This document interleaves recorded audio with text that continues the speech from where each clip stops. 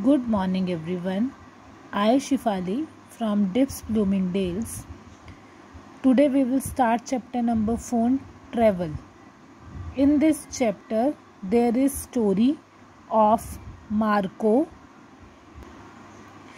who was a resident of Venice, but he traveled to China with his father and uncle. How was his journey? We will read in this chapter. More than 700 years ago, a warship commander of Venice, Marco, was captured by the rival city. He was put in a prison where he met a fellow prisoner and writer named Rustichello. As the two men became friends, Marco told him about his time in Asia, what he had seen, where he had travelled, and what he had accomplished.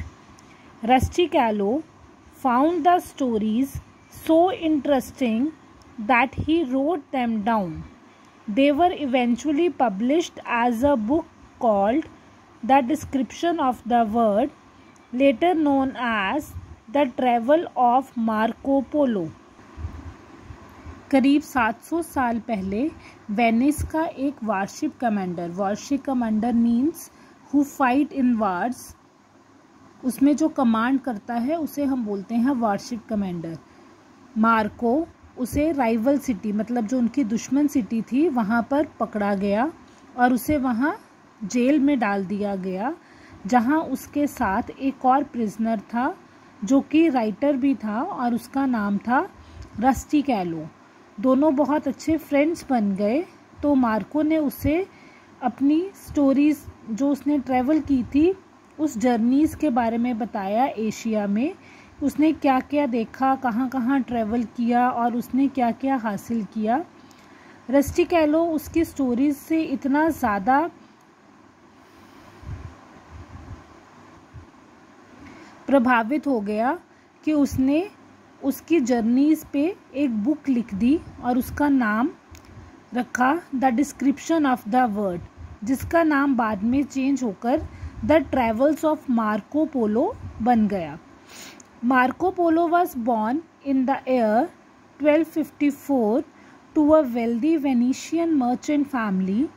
पोलो's mother died when he was young. His father Niccolo and his uncle Maffeo were successful jewel merchants. They were in China for much of Polo's youth.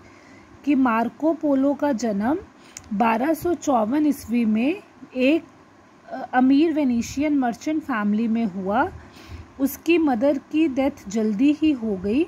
उसके father Niccolo और uncle मैफियो jewel merchant थे, मतलब गहनों के व्यापारी थे।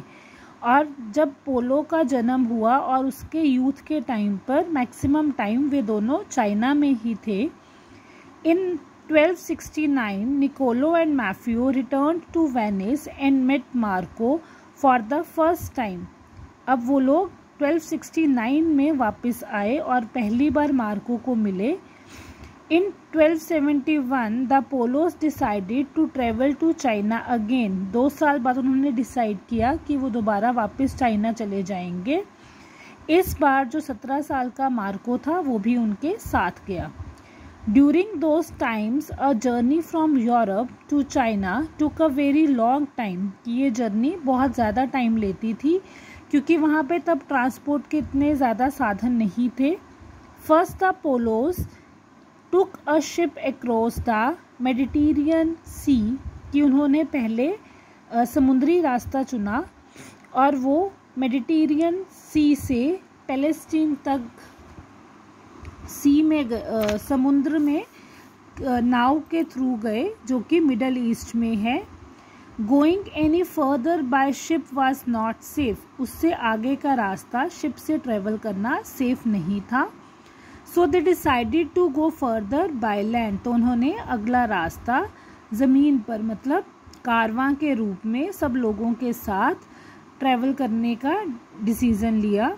They traveled in a caravan across the desert in Persia, then traveled through parts of Central Asia and soon reached the Silk Road, a famous travel route.